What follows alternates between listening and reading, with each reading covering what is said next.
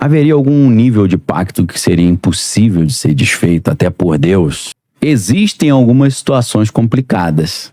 Não porque Deus não teria o poder, mas porque do próprio Deus, coloca um limite. Mas como assim, Daniel? Vamos supor que para você fazer um pacto com Deus, você precisa se santificar. Você precisa abandonar o pecado. Para você fazer um pacto, com as trevas, você precisa pecar.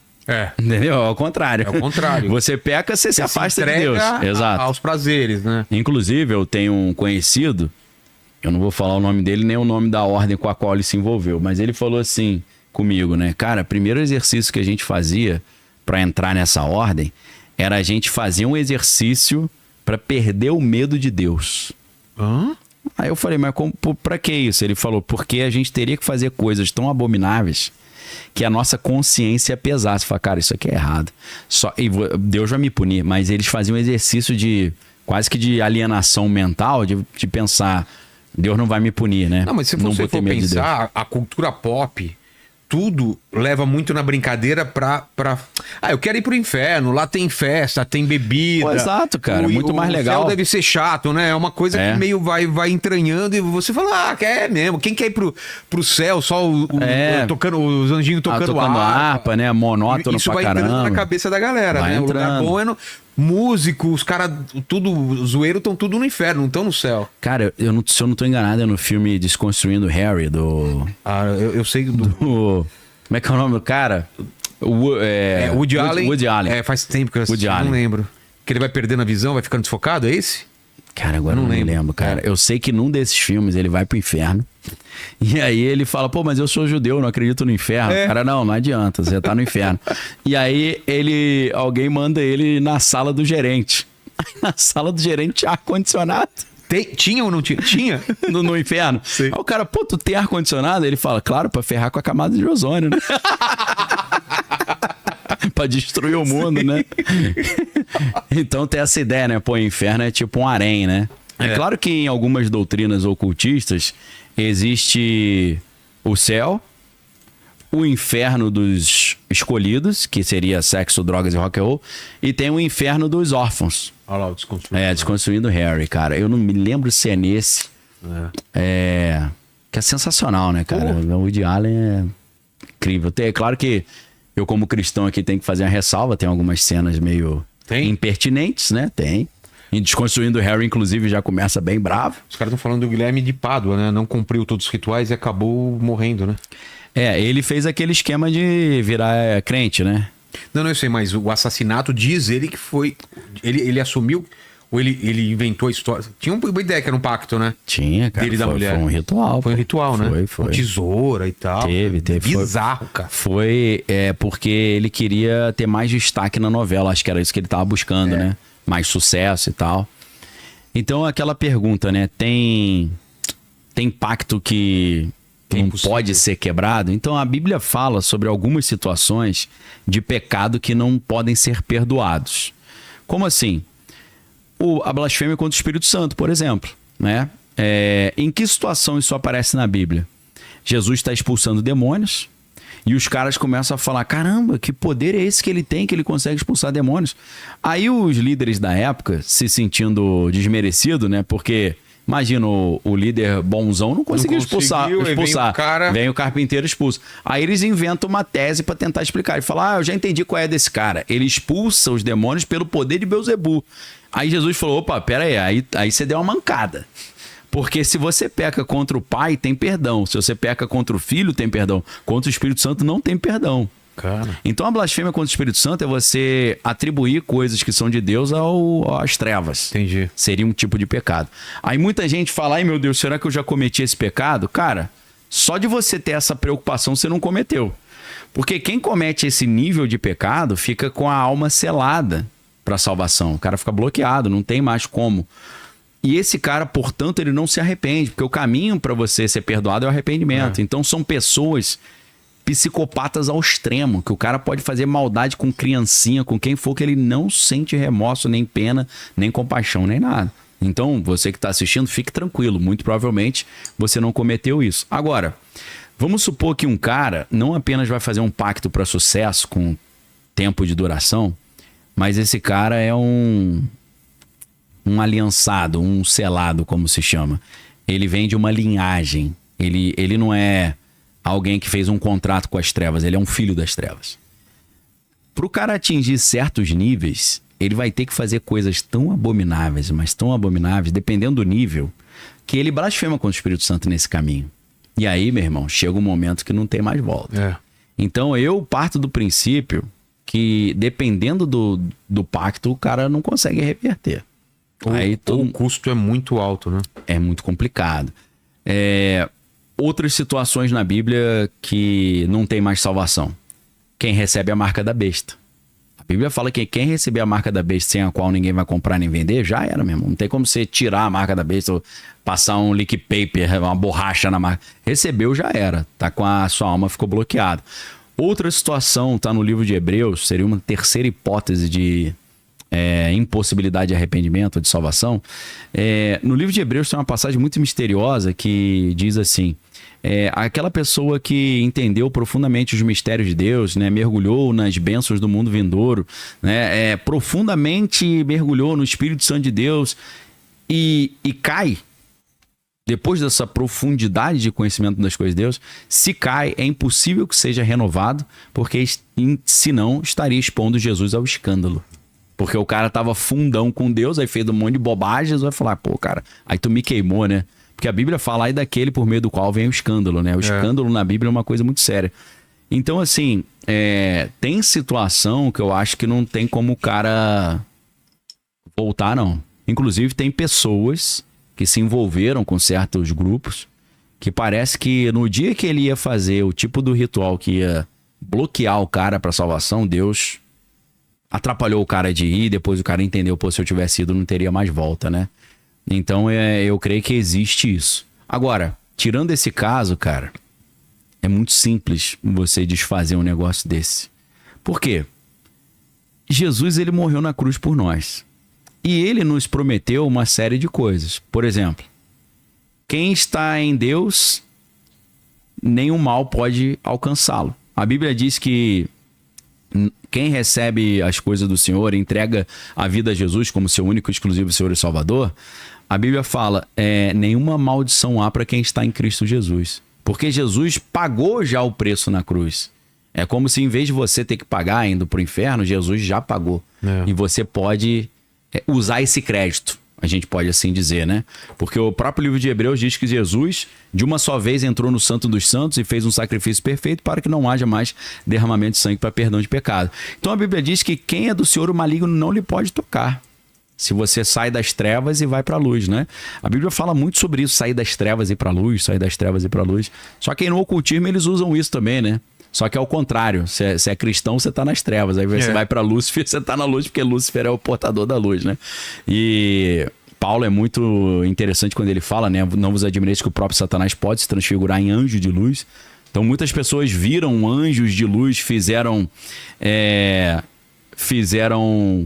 pactos com anjos de luz, mas na verdade estavam fazendo pacto com as trevas, né? A gente tem várias religiões, não vou citar nenhuma para não gerar polêmica, mas várias religiões começam com um cara que encontrou com um anjo. Mas aí quem te garante que aquilo era um anjo mesmo? Tem que testar, né? Porque a Bíblia fala, provai os espíritos se realmente procedem do Senhor. Por que você tem que provar? E como é que prova? Primeiro tem que provar porque a Bíblia fala que Satanás pode se transfigurar em anjo de luz, né? E tem aquela frase famosa do conhecimento popular, nem tudo que reluz é ouro, né? Vai por aí. A Bíblia fala caminhos que aos olhos dos homens são bons, mas que conduzem à perdição. Então o engano é uma das maiores habilidades das trevas. Para ele se passar por um anjo de luz é mole, é só ele momentaneamente conseguir restaurar a glória que ele teve antes com Deus, né? Então, como é que você prova o Espírito? A Bíblia diz que o Espírito que procede de Deus, ele confessa que Jesus veio em carne, andou entre nós, morreu na cruz, mas ressuscitou ao terceiro dia e está sentado à destra de Deus. Um Espírito que confessa isso, aí ele passou no teste no ISO 9001. Então, vamos supor que aparece um anjo lá em casa e o anjo fala, Daniel, você foi escolhido para criar uma nova religião, mas você precisa se ajoelhar aqui e beijar meu pezinho. Aí eu vou lá e ok, eu não tenho certeza se realmente eu tô falando com um anjo. Então tem que tomar muito cuidado também, porque tem gente que faz pacto com um anjo achando que é anjo, mas não é, né? Inclusive tem na Bíblia tem algumas passagens interessantes, porque alguns dos apóstolos encontraram com anjos, né? O apóstolo Pedro e o apóstolo João, eles se prostraram diante do anjo. E o anjo falou, pode levantar que só Deus recebe adoração, eu não recebo. Então isso é interessante também, aparecer um anjo pra você e falar, ajoelha aqui, beijo meu pezinho. Já tá errado. Os da Bíblia não gostam muito disso, não. Porque eles mandaram o cara levantar, se prostrar só diante de Deus. Então, cara, Jesus morreu na cruz pra isso. Exatamente para isso, para nos tirar do lamaçal das trevas e do pecado e nos dar a oportunidade de receber a salvação, né? Da gente que estava todo estoporado, destruído, cheio de sujeira espiritual. Ele vem dar um belo de um banho, né? E o batismo simboliza muito isso, né? O batismo é o simbolismo do novo nascimento. E o batismo, não só o batismo, cara, mas água corrente quebra pacto. É isso que é estranho, né? Porque vou contar duas histórias, né? Primeiro, Jesus batizava no Rio Jordão. Rio significa água em movimento, né? Rio é diferente de lago, a água tá parada, e diferente do mar, né? Que a água, você chega na beira do mar, a água vai e volta, vai e volta das ondas. Rio é diferente, rio é contínuo. Tchau, foi embora, lavou, entendeu? Então, assim, eu acho que não foi por acaso que João Batista veio batizando nos rios. Ele poderia batizar no Mar da Galileia, ele poderia batizar no litoral, né, no Mar Mediterrâneo, mas não, ele batizou no rio. Por quê? Cara, a água corrente tem uma simbologia muito forte de purificação espiritual. E aí eu vou dar um exemplo prático disso. William Schnoebelen, que é um cara que se apresenta como ex-satanista, né, ele escreveu o livro Lúcifer Destronado, Entrevista com o Ex-Vampiro, né? Space Invaders, Romancing Death, é porque muitos não tem em português, né? Tem um que é Mormonismo, Temple of Doom, Mormonismo, Templo da Perdição, né? Tem vários, né? Tem Catolicismo, a Catedral das Trevas, né? Porque ele foi católico, mormon, wicca, druida. O cara foi clínico geral, meu irmão. O cara zerou o conhecimento oculto, né? Foi do rito de Memphis e Mizraim, foi da OTO, foi da OTOA, né? Lá do Michael Berthier. Foi da Eclésia Agnóstica lá do Crowley, foi Astrum Argento, né? AA. O cara foi tudo. É legal que nos livros ele mostra os diplomas dele, né? Dessas ordens. E esse cara diz que quando ele fez a iniciação no vampirismo, que ele fez com um cara da Transilvânia mesmo, que tava nos Estados Unidos, o cara falou pra ele, se você passar numa ponte em que embaixo tem água corrente passando, você perde todos os seus poderes. Perde o pacto. E ele falou que ele tinha que sempre monitorar a rota dele para ele não passar onde tinha rio, ponte em cima de um rio com água corrente. Quando eu li essa história nesse livro, eu pensei, interessante isso, né? Tem a ver com batismo nas águas, né? Água corrente. E aí eu contei essa história uma vez, eu dava aula numa faculdade de teologia, chamada Faculdade Wittenberg, lá na Tijuca, no Rio. E eu contei essa história. E aí uma aluna, ela falou, professor, eu sou enfermeira. E essa história faz muito sentido. Porque eu sou enfermeira aqui no Rio de Janeiro, de vez em quando a gente pega bandido baleado, né, pra atender. E ela atendeu um bandido que ele confessou pra ela, ele falou, ela tentou falar de Deus pra ele falou, não, pra mim não, Deus não pode resolver meu problema. Ela falou, mas claro que pode, por que não pode? Ele falou, não, eu tenho um pacto, eu tenho o corpo fechado, eu fiz um pacto pra eu ser imortal. E ele disse que o pacto envolvia, segundo foi instruído pra ele, você vê a diferença de um cara lá no Kentucky, nos Estados Unidos, pra um cara no Rio de Janeiro. O cara falando que o feiticeiro que fez o pacto pra ele falou que quando ele fugisse da polícia, ele tinha que tomar muito cuidado pra não passar numa ponte com água passando embaixo, senão ele ia perder o pacto do corpo fechado. Você vê como é que o mundo espiritual tem uma coerência meio interessante. São regras que não podem ser quebradas. Então, né? Cara, você que tá aí cheio de vínculos com as trevas, você entregando sua vida a Jesus e mergulhando nas águas do novo nascimento, do batismo, cara, Deus vai te limpar disso aí, não tenha dúvida nenhuma. Agora, você tem que fazer aquilo que a Bíblia ensina, né? Jesus fala, quando o espírito imundo sai de um homem, ele vai para lugares áridos. Mas não encontrando repouso, ele volta, chama outros 7 espíritos piores do que ele, e o segundo estado da pessoa é pior do que o primeiro. Então, quando você é limpo do pecado, você tem que convidar o Espírito Santo para morar dentro de você e manter a santidade, né? Por isso que Jesus fala para os leprosos que ele curou. Ele fala, vai e não peques mais, para que não aconteça coisa pior. Porque quando o cara serve as trevas, aí Jesus limpa o cara, e ele volta a servir as trevas, a situação dele pode ser catastrófica, porque voltam outros 7 espíritos piores que o anterior para dominar o cara, para garantir que nunca mais ele vai fazer isso de trocar de time, né? Virar casaca. Então, servir Jesus é maravilhoso, mas é sério também, porque quando você entrega a sua vida a Jesus, você arruma um problema com as trevas. Agora, a Bíblia é clara quando ela diz que o anjo do Senhor acampa ao redor daqueles que o temem e os livra. A Bíblia não fala o anjo do Senhor acampa ao redor de todo mundo. Ela fala acampa ao redor do que os temem e os livra. Então tem que temer ao Senhor, permanecer em santidade. Jesus fala em João 8,31, se vós permanecerdes na minha palavra, sereis verdadeiramente meus discípulos e conhecereis a verdade, e a verdade vos libertará, e se o Filho vos libertar, verdadeiramente sereis livres. Então essa ideia de permanecer, de continuar, é fundamental. Jesus em João 15 ele fala, eu sou a videira verdadeira, meu pai é o lavrador.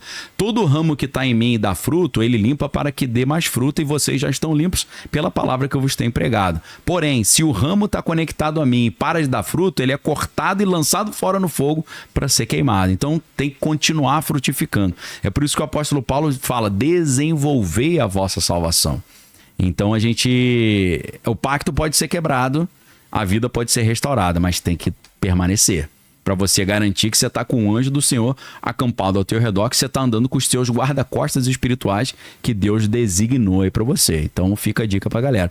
E confessar Jesus é fácil. Jesus fala, aquele confessar o meu nome diante dos homens, eu confessarei o teu nome diante do Pai. Então você tem que falar ali, idealmente em público, fala, ó, pessoal, não me envergonhe de Cristo, tá? Porque Jesus falou, quem se envergonhar de mim, eu me envergonharei dele, então não pode ter vergonha. Paulo fala, não me envergonhe do evangelho, porque é poder de Deus para a salvação da humanidade.